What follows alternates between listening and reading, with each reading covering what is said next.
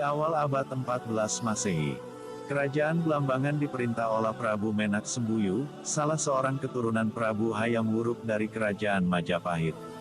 Raja dan rakyatnya memeluk agama Hindu dan ada sebagian yang memeluk agama Buddha.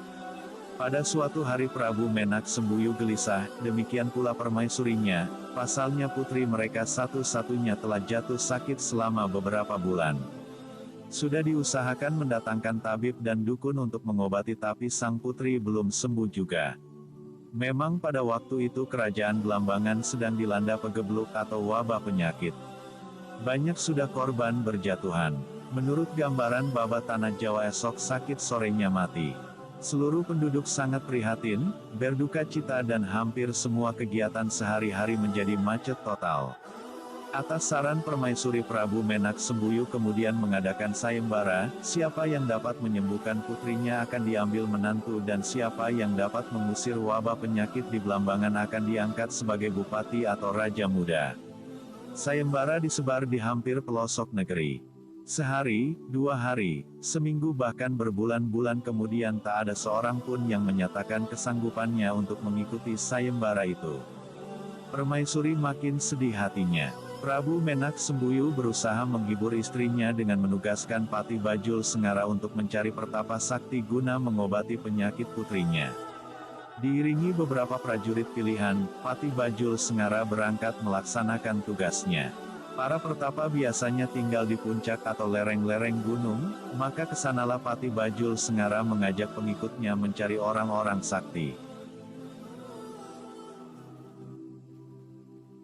Pati Bajul Sengara akhirnya bertemu dengan Resi Kandabaya yang mengetahui adanya seorang tokoh sakti dari negeri seberang.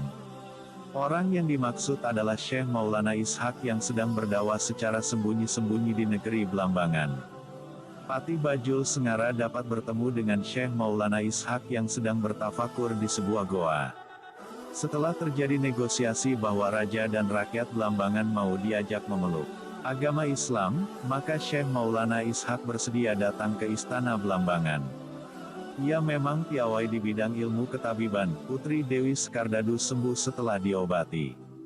Pagebluk juga lenyap dari wilayah Blambang.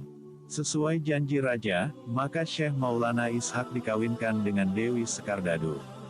Diberi kedudukan sebagai adipati untuk menguasai sebagian wilayah Blambangan. 7 bulan sudah Syekh Maulana Ishak menjadi adipati baru di Blambangan. Makin hari semakin bertambah banyak saja penduduk Blambangan yang masuk agama Islam. Sementara Pati Bajul Sengara tak henti-hentinya mempengaruhi sang Prabu dengan hasutan-hasutan jahatnya. Hati Prabu Menak Sembuyu menjadi panas mengetahui hal ini.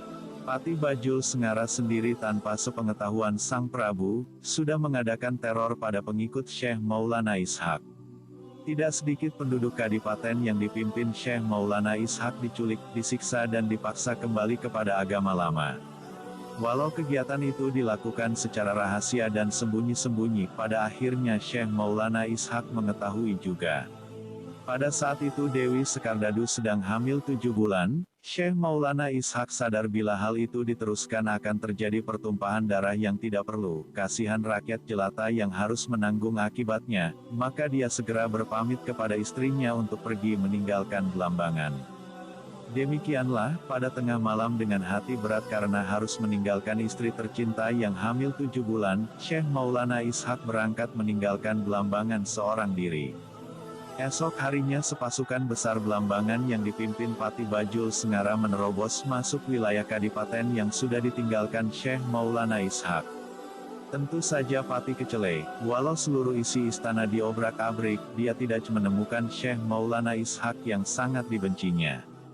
2 bulan kemudian dari rahim Dewi Sekardadu lahir bayi laki-laki yang elok rupanya. Sesungguhnya Prabu Menak Sembuyu dan permaisurinya merasa senang dan bahagia melihat kehadiran cucunya yang montok dan rupawan itu. Bayi itu lain daripada yang lain, wajahnya mengeluarkan cahaya terang. Lain halnya dengan Pati Bajul Sengara, dibiarkannya bayi itu mendapat limpahan kasih sayang keluarga istana selama 40 hari. Sesudah itu dia menghasut Prabu Menak Sembuyu, yang kebetulan pada saat itu wabah penyakit berjangkit lagi di Blambangan. Bayi itu, benar Gusti Prabu, Cepat atau lambat, bayi itu akan menjadi bencana di kemudian hari.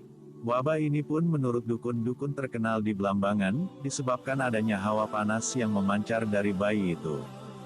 Kilah Pati Bajul Sengara dengan alasan yang dibuat-buat.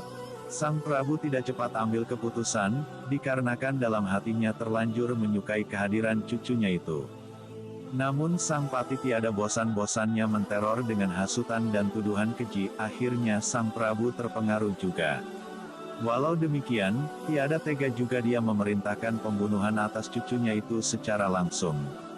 Bayi itu yang masih berusia 40 hari dimasukkan ke dalam peti dan diperintahkan untuk dibuang ke samudera.